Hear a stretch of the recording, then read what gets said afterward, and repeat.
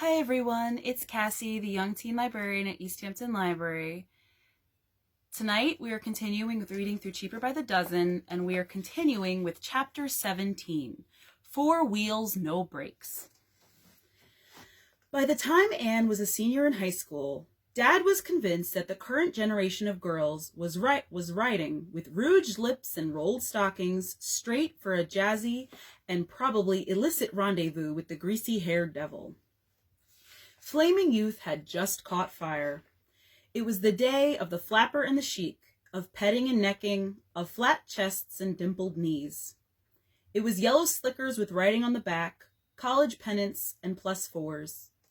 Girls were beginning to bob their hair and boys to lubricate theirs. The college boy was a national hero, and collegiate was the most complimentary adjective in the American vocabulary.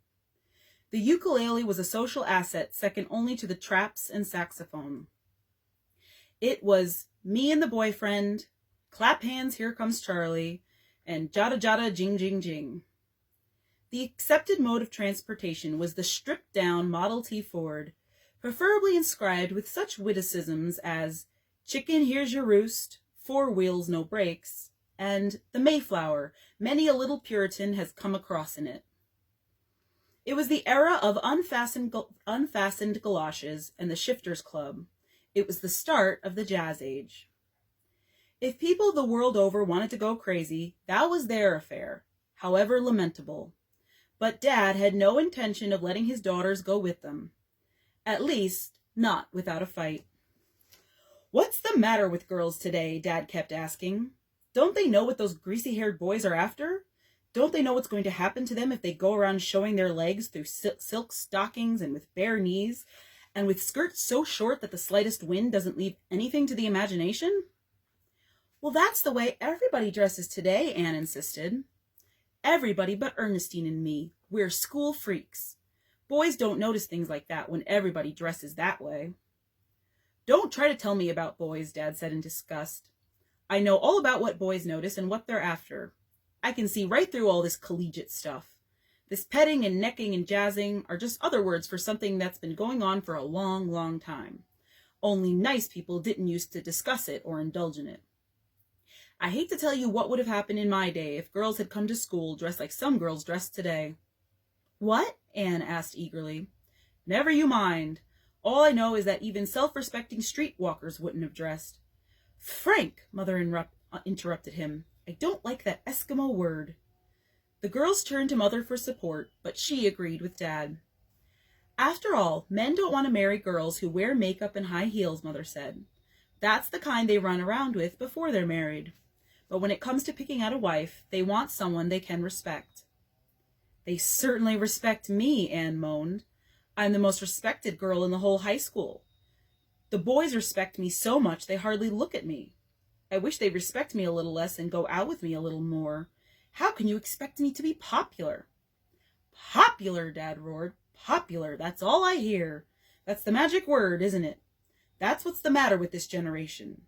Nobody thinks about being smart or clever or sweet or even attractive. No, sir. They want to be skinny and flat-chested and popular. They'd sell their soul and body to be popular. And if you ask me, a lot of them do."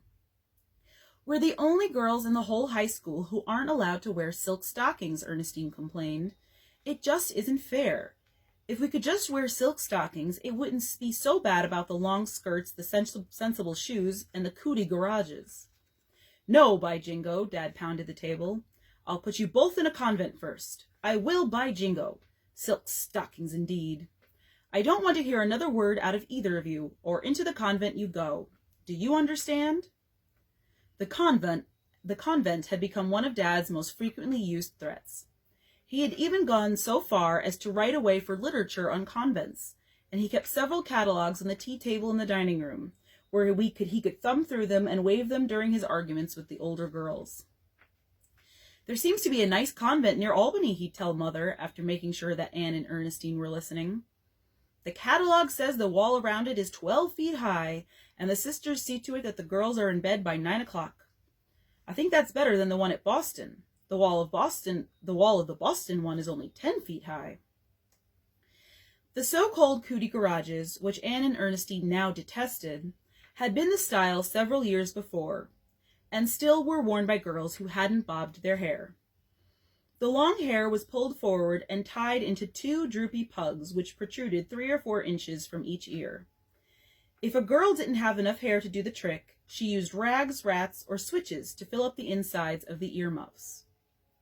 Anne decided that she could never get Dad's permission to dress like the other girls in her class, and that it was up to her to take matters into her own hands. She felt a certain amount of responsibility to Ernestine and the younger girls, since she knew they would never be emancipated until she paved the way. She had a haunting mental picture of Jane, 15 years hence, still wearing pugs over her ears, long winter drawers, and heavy-ribbed stockings. "Convent, here I come," she told Ern. "I mean the Albany convent with the 12-foot wall." She disappeared into the girls' bathroom with a pair of scissors. When she emerged, her hair was bobbed and shingled up the back. It wasn't a very good-looking job, but it was good and short. She tiptoed unnoticed into Ernestine's room. "How do I look?" she asked. "Do you think I did a good job?" "Good Lord!" Ernestine screamed. "Get out of here. It might be catching." "I'll catch it when Dad gets hold of me, I know that. But how does it look?" "I didn't know any human head of hair could look like that," Ernestine said. "I like bobbed hair, but yours looks like you backed into a lawnmower. My advice is to start all over again, and this time let the barber do it." "You're not much help," Anne complained. "After all, I did it as much for you as for me." "Well, don't do anything like that for me again. I'm not worth it. It's too big a sacrifice to expect you to go around like that until the end of your days, which I suspect are numbered." "You're going to back me up, aren't you, when Dad sees it? After all, you want to bob your hair, don't you?" "I'll back you up," said Ern, "to the hilt. But I don't want to bob my hair. I want a barber to bob it for me." "What I'm wondering is who's going to back up Dad. Somebody had better be there to catch him." "I have a feeling," Anne said, "that I'm in for a fairly disagreeable evening. Oh well, somebody had to do it, and I'm the oldest." They sat in Ernestine's room until supper time, and then went downstairs together. Mother was serving the plates, and dropped peas all over the tablecloth. "Anne," she whispered, "your beautiful hair. Oh, oh, oh, just look at yourself." "I have looked at myself," Anne said. "Please don't make me look at myself again. I don't want to spoil my appetite." Mother burst into tears. "You've already spoiled mine," she sobbed. Dad hadn't paid any attention when Anne and Ernestine entered the dining room. "What's the trouble now?" he asked. "Can't we have a little peace and quiet around here for just one meal? All I ask is—" He saw Anne and choked. "Go back upstairs and take that thing off," he roared. "And don't you ever dare to come down here looking like that again. The idea! Scaring everybody half to death and making your mother cry. You ought to be ashamed of yourself." "It's done, Daddy," Anne said. "I'm afraid we're all going to have to make the best of it. The moving finger bobs, and having bobbed, moves on." "I think it looks snaky," Ern hastened to do her duty to her older sister. "And listen, Daddy, it's ever so much more efficient. It takes me 10 minutes to fix these pugs in the morning, and Anne can fix her hair now in 15 seconds. "What hair?" Dad shouted. "She doesn't have any hair to fix." "How could you do this to me?" Mother sobbed. "How could she do it to an Airedale, let alone to herself or you and me?" said Dad. "The Scarlet Letter. How Hester won her A. Well, I won't have it. Do you understand? I want your hair grown back in, and I want it grown back in fast. Do you hear me?" Anne had tried to keep up a bold front, but the combined attack was too much, and she burst into tears. "Nobody in this family understands me," she sobbed. "I wish I were dead." She ran from the table. We heard her bedroom door slam and muffled, heartbroken sobs. Dad reached over and picked up his convent catalogs, but he couldn't put any enthusiasm into them, and he finally tossed them down again. Neither he nor Mother could eat anything, and there was an uneasy, guilty silence, punctuated by Anne's sobs. "Listen to that poor, heartbroken child," Mother finally said. "Imagine her thinking that no one in the world understands her. Frank, I think you were too hard on her."